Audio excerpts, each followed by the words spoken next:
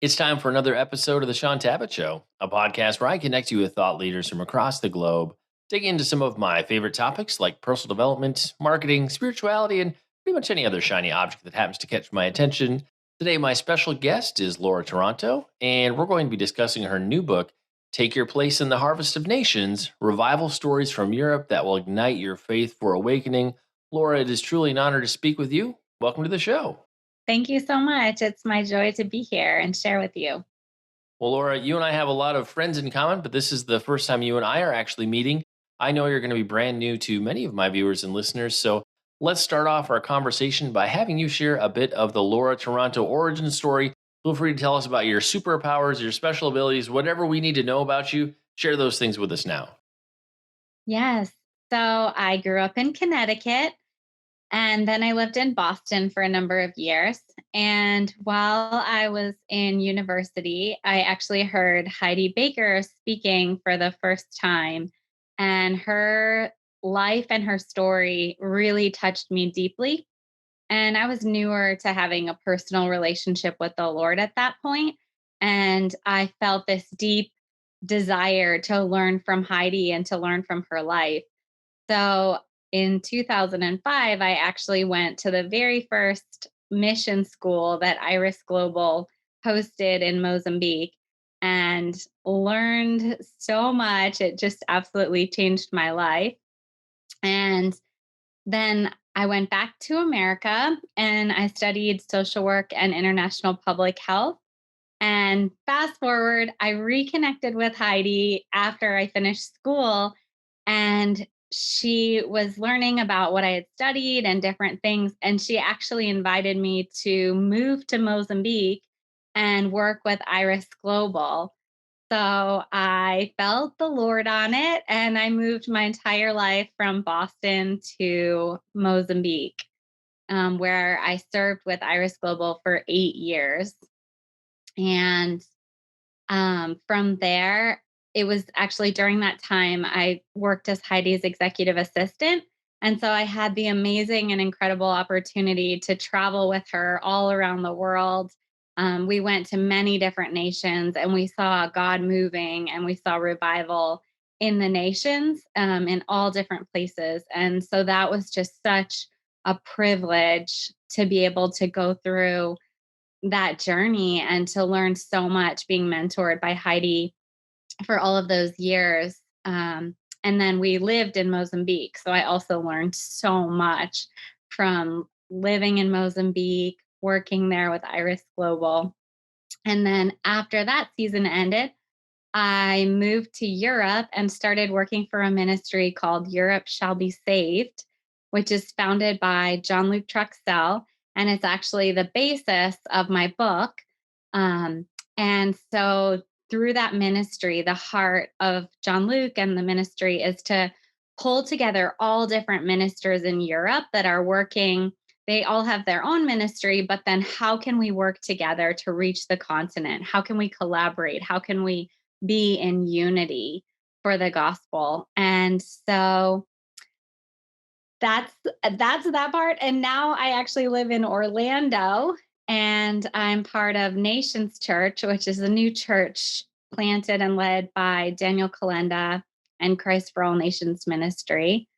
So that's the short version. That's the very, very short version. I can elaborate on any parts of it, but You covered a lot of miles in your origin story. We've been in many different places a with lot of what you countries. shared. Well, and I can say, having met Heidi a time or two at conferences, different things, I always feel like people are marked by spending 5 minutes with Heidi. I can only imagine the impact of doing life with Heidi for an extended period of time. I would assume that was amazing and life altering. You probably can never go back from some of the shifts and changes that you saw there.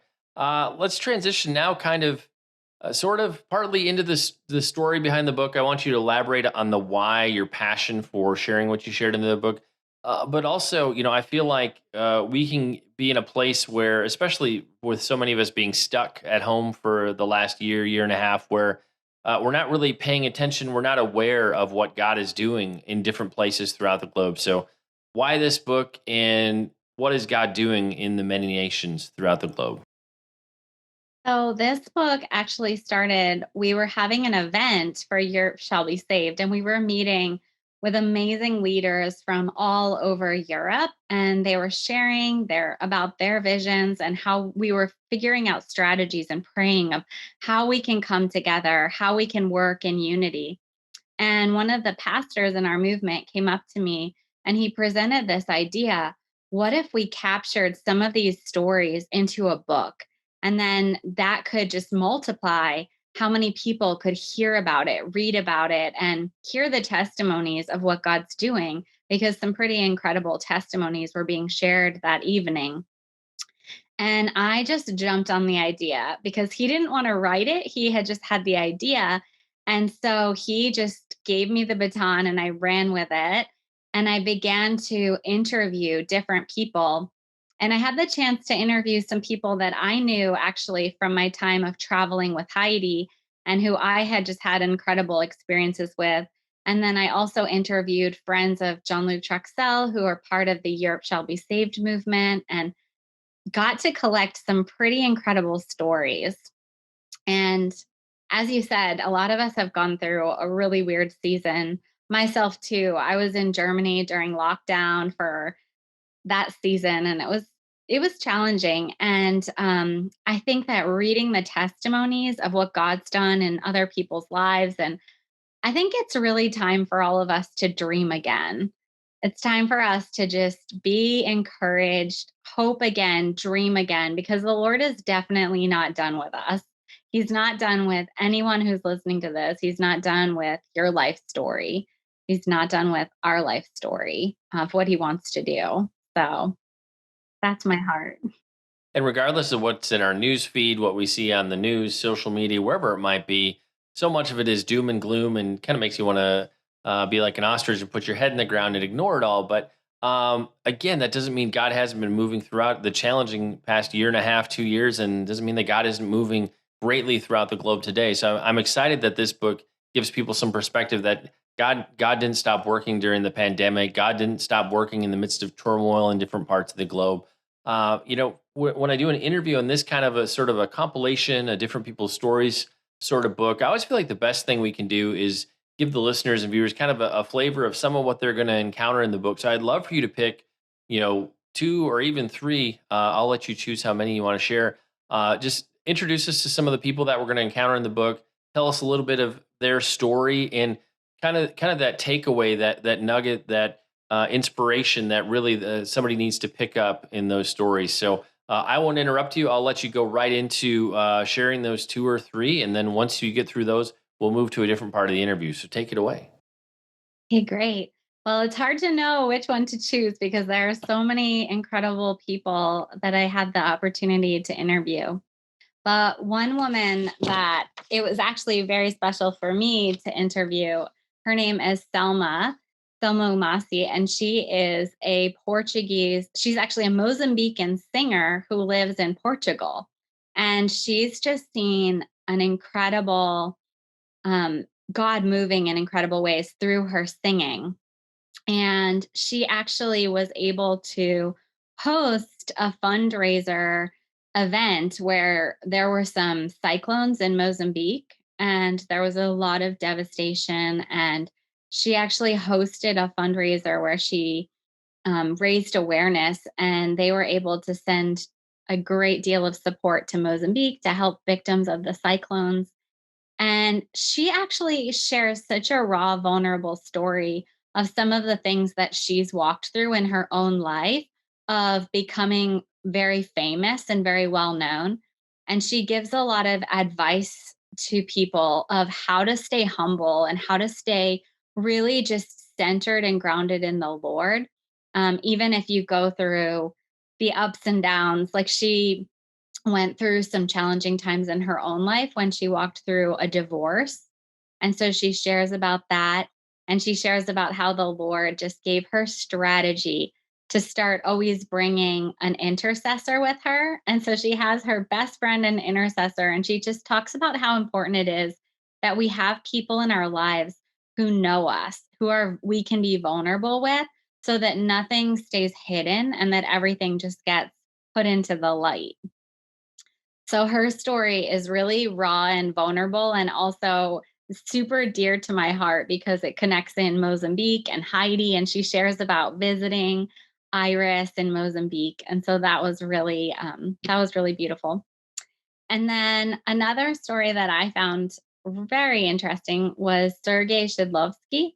And he is a leader in the Russian speaking world, but God has really expanded his ministry throughout globally and internationally. Um, but he shares about a time in his life when the Lord actually spoke to him. And I'll just read a little bit. He says, God spoke to me very clearly. He asked me to give him my ministry the same way Abraham gave up his son Isaac on the altar. He asked me to cancel all of our conferences, my TV ministry, my travels, and come to him. It's a long story, but I obeyed. I canceled everything.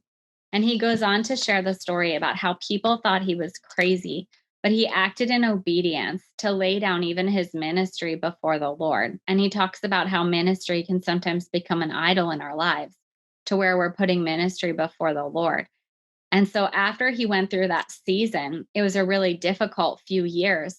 But the Lord actually then brought him into a new season with an even greater influence and an even greater ministry, but with such a heart of humility and such a deep intimacy with the Lord.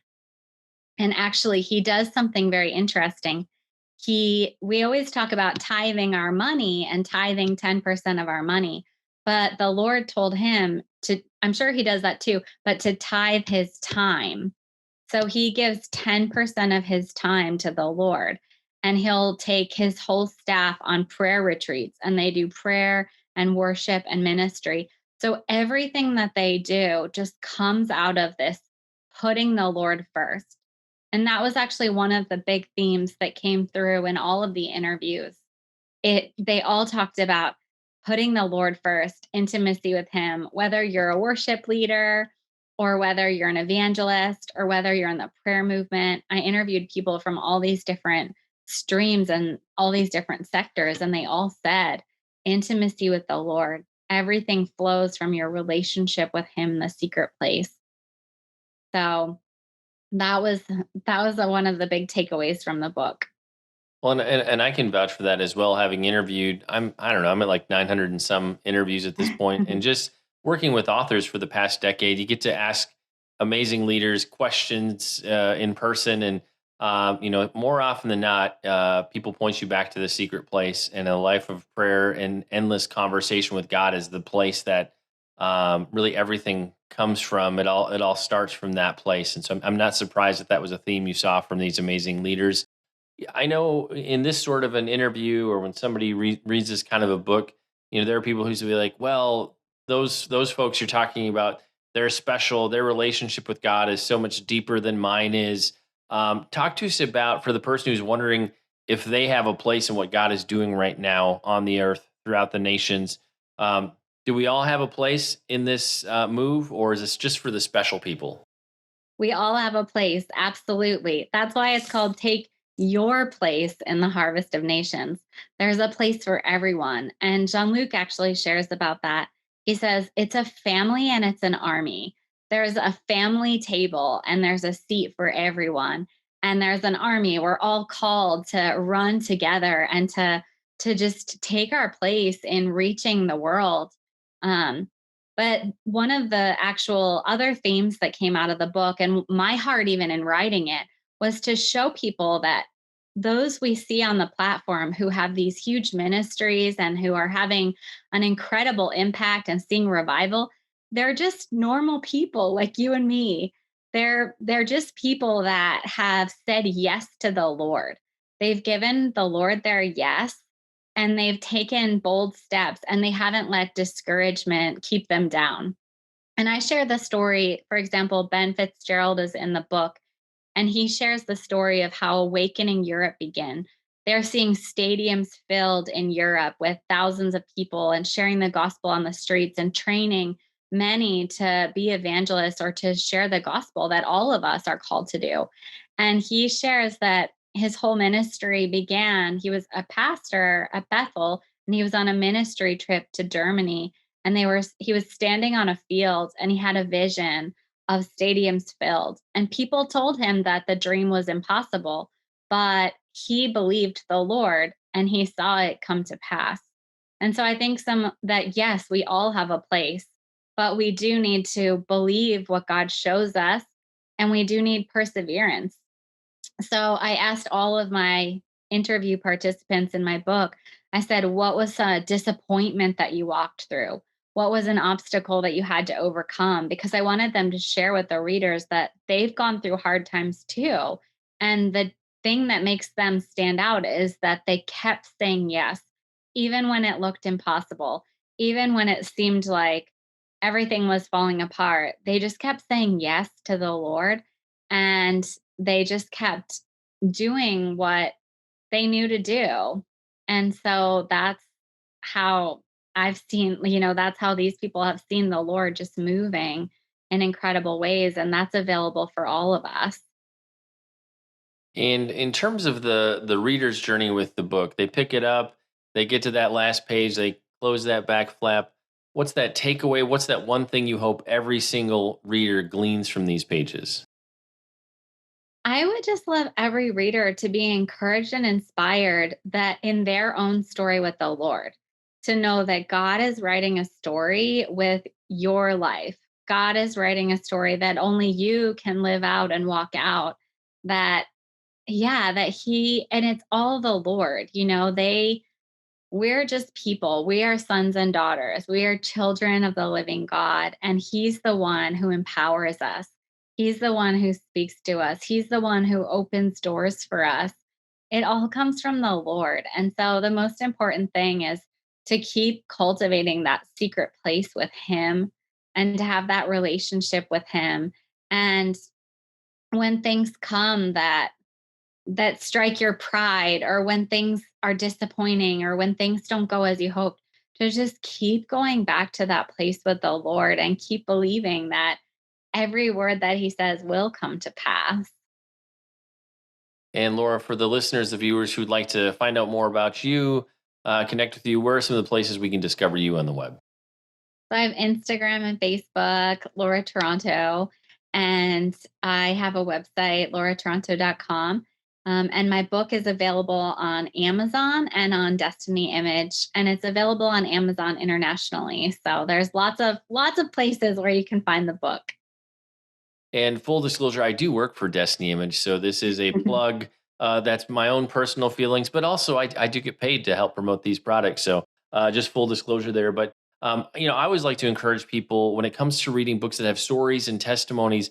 I find along my journey, it's in reading what God's doing in other people's lives. On the one hand, it helps me to believe and have faith for more of what God wants to do with me. But often, also in reading other people's stories, the Holy Spirit will provoke me, like, there's something in read this again. This is what God wants to do with you, or God will use reading testimonies to propel me forward. And I think He'll do the same thing for you. Never underestimate the power of the testimony, whether it's something that's being spoken, you're seeing it live, you're watching it online, or reading it in a book.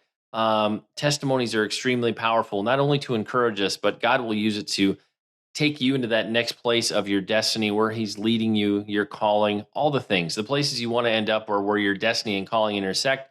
Sometimes we find those listening to other people share about the amazing things God has done with them along their journey as well.